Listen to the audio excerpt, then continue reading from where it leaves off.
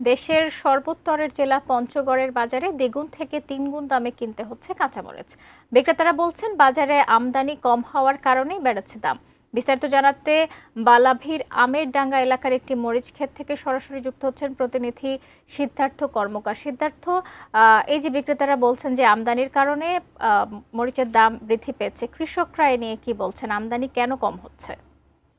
আসলে দেশের সর্বোত্তর জেলা পঞ্চগড়ে কিন্তু প্রচুর পরিমাণে মরিচের আবাদ হয়ে থাকে এবং এই বছরও কিন্তু রবি মৌসুমে আমরা দেখেছি যে ব্যাপক জমিতে কিন্তু এখানকার কৃষকরা মরিচের চাষ করেছিলেন, কিন্তু রবি মৌসুমে কিন্তু কৃষক তেমনভাবে মরিচের দাম পাননি। তো রবি মৌসুম শেষে বর্তমানে কিন্তু খরিফ এক মৌসুমের যে মরিচের আবাদ সেটি চলছে, আর কৃষকরা যেমনটি বলছেন যে আসলে তারা তেমনটি দাম পাননি এবং এই বছর কিন্তু আবহাওয়া কিছুটা বিরূপ আচরণ করেছিল। সেটি কিন্তু 35 ডিগ্রি সেলসিয়াস ওঠানামা করছে। এই কারণে কিন্তু মরিচের যে খেতে বিভিন্ন রকম রোগ বালি সেগুলি কিন্তু আমরা দেখতে পাচ্ছি এবং মরিচ গাছ কিন্তু মরে যাচ্ছে। এই কারণে কিন্তু কৃষক বলছেন তারা কিন্তু ক্ষতিগ্রস্ত হচ্ছেন। এছাড়া তারা কিন্তু বলছেন যে আসলে তারা বাজারে যদিও দাম বেড়েছে, এখন বর্তমান যে মরিচ ছিল 50-60 টাকা কেজি, বর্তমানে কিন্তু সেটি এখন কিনতে হচ্ছে 160-180 টাকা কেজি দরে সেই মরিচ কিনতে হচ্ছে। কিন্তু কৃষকরা যেটা বলছেন তারা কিন্তু আসলে লাভবান হতে পারছেন না। এর কারণে কিন্তু মধ্যস্বত্বভোগী যারা রয়েছেন তাদের রয়েছে। এবং আমরা এখানকার কৃষক একজন মরিচ চাষি তার সাথে কথা বলতে চাই। কিরকম লাভ? মরিচটার এরকম ভাবে দাম পাইনি বিভিন্ন রোগ পোকার কারণে এবং দাম কম ছিল।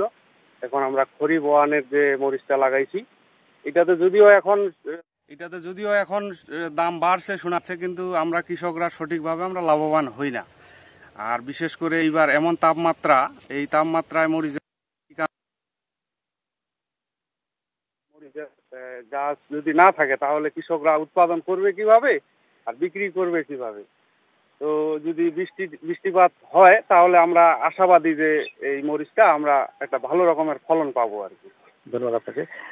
তিনি যেমনটি জানাচ্ছিলেন যে আসলে আবহাওয়ার কারণে কিন্তু মরিচের যে আবাদ সেটি কিন্তু ব্যাঘাত সৃষ্টি হচ্ছে এবং আবহাওয়া অধিদপ্তরের সাথে আমার কথা হয়েছিল, ত্রিপুরা আবহাওয়া অধিদপ্তরের পর্যবেক্ষণাগার পর্যবেক্ষক জিতেন্দ্র রায় তিনি যেমন জানিয়েছেন যে আসলে নিষ্ক্রিয় যে মৌসুমী বায়ু এর প্রভাবে কিন্তু দেশের অন্যান্য স্থানে বৃষ্টিপাত হলেও আমাদের পঞ্চগড়ে কিন্তু সেভাবে বৃষ্টিপাত দেখা যায়নি। 8-10 দিন থেকে এখানে কোনো বৃষ্টিপাত নেই এবং খরা চলছে। এর কারণে কিন্তু মরিচের আবাদ ক্ষতিগ্রস্ত হচ্ছে। আর মরিচের দাম বর্তমান বেড়ে গেলেও কিন্তু কৃষকরা সেভাবে লাভবান হচ্ছেন না। তো ব্যবসায়ীরা যদিও বলছেন যে আমদানি কম, কিন্তু মরিচ কিন্তু এবার ব্যাপক হয়েছিল পঞ্চগড়ে।